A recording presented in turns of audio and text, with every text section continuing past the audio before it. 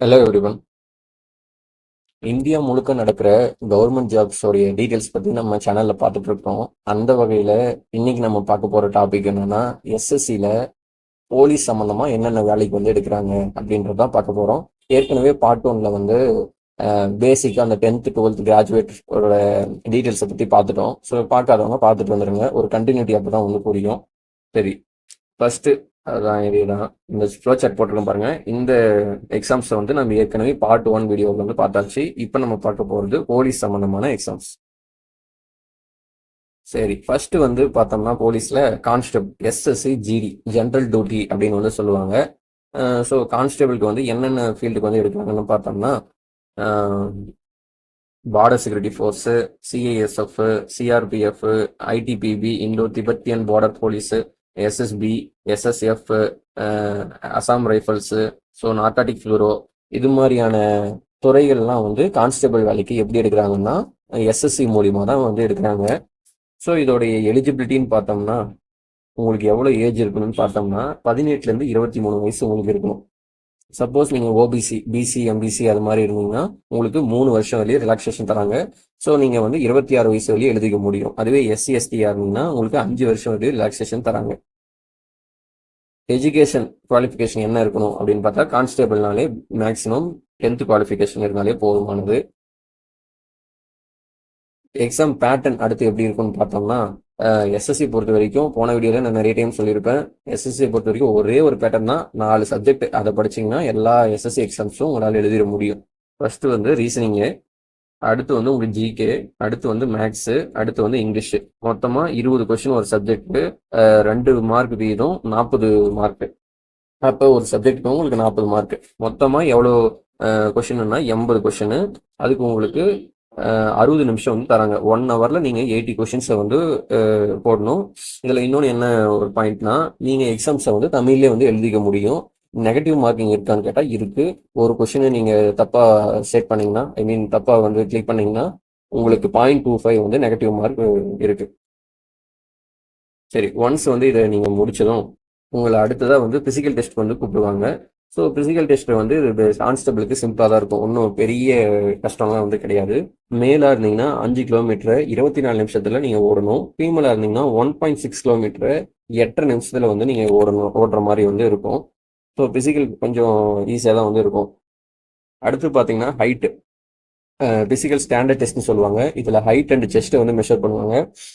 நீங்கள் மேலாக இருந்தீங்கன்னா 170 சென்டிமீட்டராகவும், ஃபீமேலாக இருந்தீங்கன்னா 157 சென்டிமீட்டராகவும் இருக்கணும். மேலுக்கு செஸ்ட் எவ்வளோ இருக்கணும்னா 80 சென்டிமீட்டர் இருக்கணும். அதுவே நீங்கள் எக்ஸ்பென்ஷன் பண்ணும்போது 5 சென்டிமீட்டர் வந்து எக்ஸ்பெண்ட் ஆகும். ஃபீமேல்ஸ்க்கு அந்த பேசிக் வெயிட் வந்து இருக்கணும், அவ்வளோதான். ஒன்ஸ் நீங்கள் இந்த ரிட்டன் டெஸ்ட்டு அண்டு ஃபிசிக்கல் டெஸ்ட்லாம் வந்து கரெக்டாக முடிச்சிட்டிங்கன்னா உங்களை அடுத்ததாக வந்து மெடிக்கல் டெஸ்ட் கூப்பிடுவாங்க. ஸோ மெடிக்கல் டெஸ்ட் வந்து ரொம்ப காமனான இது தான். நாக்னி இருக்கக்கூடாது, ஐசைட் கரெக்டாக இருக்கணும். ஸோ அது மாதிரி வந்து பேசிக் குவாலிஃபிகேஷன்ஸ் தான். ஸோ அதெல்லாம் வந்து உங்களுக்கு கரெக்டாக இருக்கான்னு பார்த்துக்கோங்க. ஒன்ஸ் நீங்கள் மெடிக்கல் டெஸ்ட் முடிஞ்சதும் உங்களுக்கு வந்து போஸ்டிங் வந்து அலாட் பண்ணிடுவாங்க. சரி, இப்போ கான்ஸ்டபிள் வந்து பார்த்தாச்சு. அடுத்ததான் இதோடைய அப்டேட் வேலை, அதாவது எஸ்ஐ. இப்போ இந்த ஃபீல்டெல்லாம் பார்த்தோம்ல, அந்த ஃபீல்ட்லேயே வந்து எஸ்ஐ ஜாப் வந்து எப்படி எடுக்கிறாங்கன்னா, அதுக்கு எக்ஸாம் பேர் வந்து சிபிஓ அப்படின்னு வந்து ஒன்று வைக்கிறாங்க. சிபிஓனா அதை வந்து 2 கேட்டகரியாக வந்து பிரிக்கலாம். ஒன்று டெல்லி போலீஸு, இன்னொன்று சிஏபிஎஃப். சிஏபிஎஃப்ங்கிறது வந்து இந்த எல்லாம் சேர்த்து BSF, CISF, CRPF, ITBP, SSB, so இதெல்லாம் வந்து சேர்த்து சிஏபிஎஃப்னு வந்து ஒரு காமன் ரெக்யர்மெண்ட்டாக எடுக்கிறாங்க. இன்னொன்று வந்து செப்பரேட்டாக டெல்லி போலீஸ் ஒன்று எடுக்கிறாங்க. ஸோ இந்த 2 எக்ஸாம்ஸுமே வந்து சிபிஓன்ற பேரில் தான் வந்து கண்டக்ட் பண்ணுறாங்க. டெல்லி டெல்லி போலீஸை வந்து என்ன எலிஜிபிலிட்டின்னு பண்ணி பார்ப்போம். ஃபஸ்ட்டு ஏஜ் உங்களுக்கு எவ்வளோ இருக்கணும்னு பார்த்தோம்னா 20லேருந்து 25 வயசுக்குள்ளே நீங்கள் வந்து இருக்கணும். இதுவே ஓபிசியாக இருந்தீங்கன்னா 3 வருஷம் ரிலாக்ஸேஷன், 28 வயசு வரையும் எழுத முடியும். எஸ்சி எஸ்டியாக இருந்தீங்கன்னா உங்களுக்கு 5 வருஷம் வந்து ரிலாக்ஸேஷன் தராங்க. எஜுகேஷன் குவாலிஃபிகேஷன் பார்த்தோம்னா நீங்கள் ஒரு டிகிரி படிச்சிருந்தாலே போதுமானது.